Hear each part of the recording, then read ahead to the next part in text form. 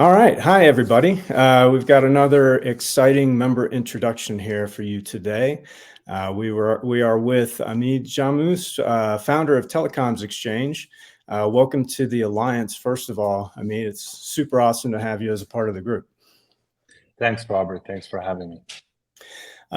So you come from a special place in the industry. I think we've all experienced some of the pains that you're addressing. So I'm excited to talk with you today. So I guess let's get started. Let's hear a little bit about TelecomsXChange, where you guys came from, and what brought you to found the company. Yeah, so TelecomsXChange began as an open exchange platform addressing the complexities of the telecom wholesale industry. Today, after strategic transition, we're a 100% software company.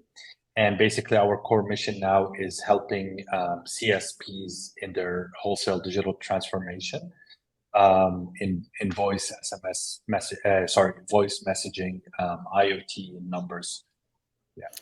Very cool. So CSPs and that transition, there's a lot that goes on there. Let's spend a minute on that. What are some of the things that you're doing in that space, and what if, when we talk about the pain points that you're addressing, what are the biggest pain points that you're seeing out there today? Well, yeah, basically the time it takes for businesses to of all sizes to interconnect with basically get telecom access. Before it used to be like enterprises and small businesses needed only telecom access locally in their geographical location. But today, most companies are pretty much, need global access to reach their customers everywhere. And the time, you could pull off like in your local area, getting, a SIP trunk or an SMPP link up with your local MNO. But when you start expanding or going globally, like, for example, banks, that they can get, great rates and great connectivity locally to deliver OTP messages. But once they start going to other regions or deliver OTP messages in other countries, that's when they need to use aggregators, and it's very hard for them to interconnect directly with the operator directly in that country. And that's one of the pain points that we resolve, is enabling these CSPs to both onboard customers in a digital form, and also onboard suppliers at the same time in other areas, also using the same digital interface for both sides of the business. Yeah, super cool. I know a handful of us here at the Alliance have had the pleasure of managing international in the past, and we've got several members that we've talked about that need to expand their international footprint. Tell us a little bit about why it's so hard to expand your international footprint, and what are some of the challenges there that you guys help overcome? Well, navigating international is difficult due to varying regulations, technology standards, as well as network infrastructures, and also the lack of standardization in the industry. When it comes to pretty much everything. Other than the interconnection, other than the signal and protocols, everything else, everyone does whatever they want. So with these with these challenges, you need the software to play a role in kind of like creating this one frame, one easy to understand or intuitive interface that anybody can just from anywhere interconnect and start utilizing services. Yeah, without having to worry about without having to worry about what goes on behind the scenes, from regulations to network infrastructure and so on. Yeah, and there's fun things like contract negotiation and managing rate cards and all the regulation and all of that fun stuff that goes on behind the scenes too, right? Absolutely. Like when it comes to rate format, right? Like every carrier has their own format, and then you have them sending, exchanging price lists in Excel sheets, right? Via email. And basically, like while we automate and have an interface for email to into our platform and out, we also highly invest in API-driven price lists where everything can just be accessible via API. And this makes human error so much less, and or even advantages. And you can build a lot of cool, innovative use cases once you have price lists on the accessible via API. Then connecting that to say AI routing strategies or to your backend routing software, it becomes very, very powerful when you have that. Yeah. Yeah. I remember previous life, I had a manager of voice products, and then we had individuals managing the relationships, and then we had individuals actually taking those, what were sometimes daily, but often weekly rate updates from a wide array of providers and putting that into our system. And then you inevitably run into a question: when was this rate updated? Was it updated at the right time? And that in fact impacts all of your routing decisions and all of that fun stuff too. Absolutely. Yeah. Absolutely. Exactly. Mhm. So it's nice to have a platform to go to that takes care of all those things, and it sounds like you're really democratizing access to international networks. 100%. That's our mission. Yeah. Yeah. Cool. So let's talk about give us a good example of a customer success story using your platform and what you've done for them here. Yeah. I would say one of our most transformative collaboration was with Telen, a subsidiary of Telkom Indonesia. So before our intervention, it was Telen was facing a challenge in the time-consuming process of interconnecting with partners, both buyers buying from them and sellers, suppliers they're sending their traffic to. And basically, this often spanned from weeks to months to get one interconnection completed. Um, and after our intervention, we were able to pretty much streamline this whole process.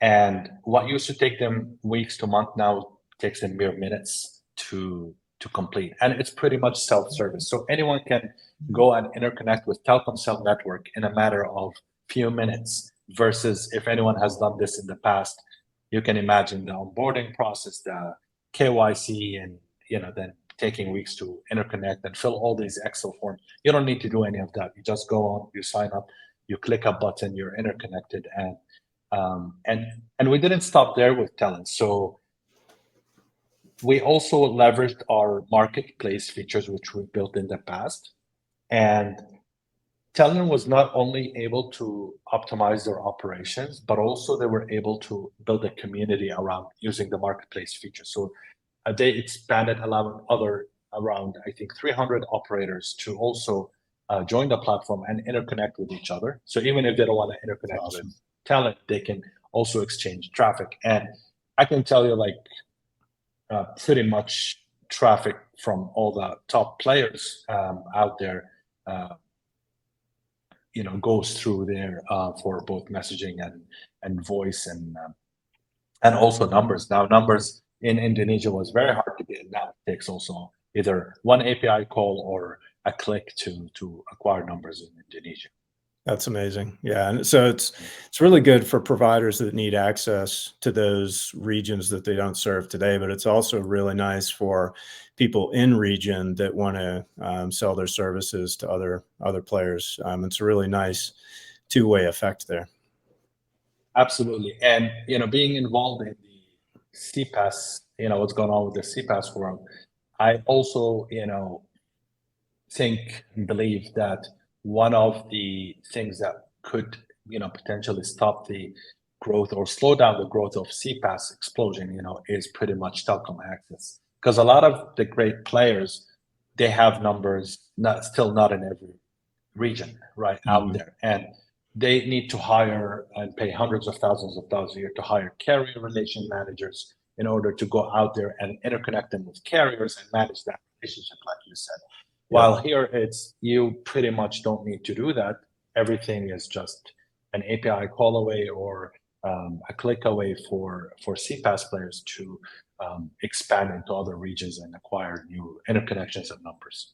Yeah. So huge value for CPaaS players and really anybody looking to integrate telecom into their offerings. So really awesome stuff. So let's hear what are the exciting things that you've got coming up in your roadmap here over the next several months and year. Yeah. So I think AI has plays a big role in this. What we want to do, frankly, is integrate AI-driven analytics across all the aspects of a wholesale business. Things like AI-driven routing strategies, so you can stop the blame game. Within companies, make honestly, the best decision based on data, not based on opinion. This is, I think, huge. Also, coming up with patterns and trends about historical data in real time, and then making decisions on the fly, driven by AI. So pretty much adding AI into all the things we know, from interconnection, what can we do there, from fraud detection, from fraud prevention, also for projection and forecasting, and and what to do in the future, capacity management, all these things. So everything that we know about wholesale business, we want to basically add an AI touch to it, not just because we want to throw the AI word there, but actually there is an honest great value in adding AI to these areas, because no human being can pretty much process all these rate sheets and all these CDRs. Nobody can process that. So you need AI to help you, come up with the best decisions and best moves, forward. So that's our pretty much our initial introduction of, with AI.